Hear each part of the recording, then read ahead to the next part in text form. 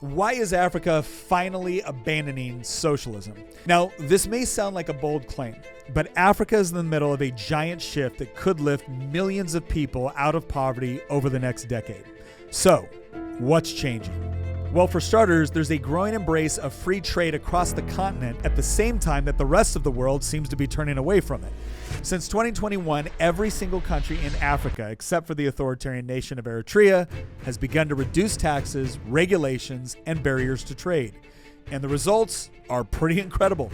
After declining for decades, trade between African countries has increased by nearly 25% in just 3 years. And according to some estimates, that free trade alone across the continent could end up boosting Africa's GDP by $450 billion over the next 15 years. This means lifting over 30 million people out of extreme poverty and another 68 million out of moderate poverty. Now, free trade alone doesn't solve all the problems, and this, of course, doesn't mean that the rest of Africa's problems are going to just disappear overnight. Africa is still incredibly poor, with corruption, civil wars, and ethnic conflicts making the continent one of the least investable places in the world. But when we look at Africa's recent history, it's pretty amazing that nearly every country on the continent is finally considering some form of free market economics. Because for decades, African nations were held back by policies that prioritize state control over economic freedom. You could say that one of the most enduring and nefarious legacies of European colonialism was actually Marxism. In fact, it wasn't all that long ago when a huge chunk of Africa was dominated by Marxist regimes.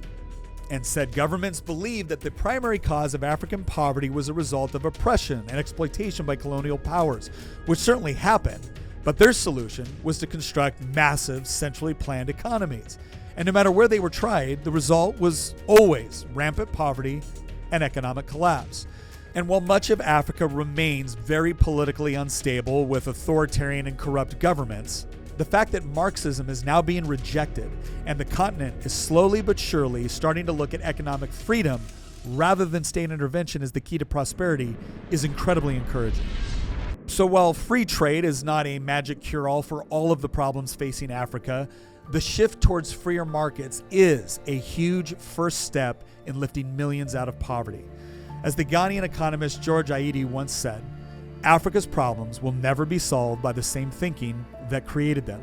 And thankfully, countries across Africa are beginning to walk away from the very socialist policies that trapped an entire continent in perpetual poverty for more than 6 decades.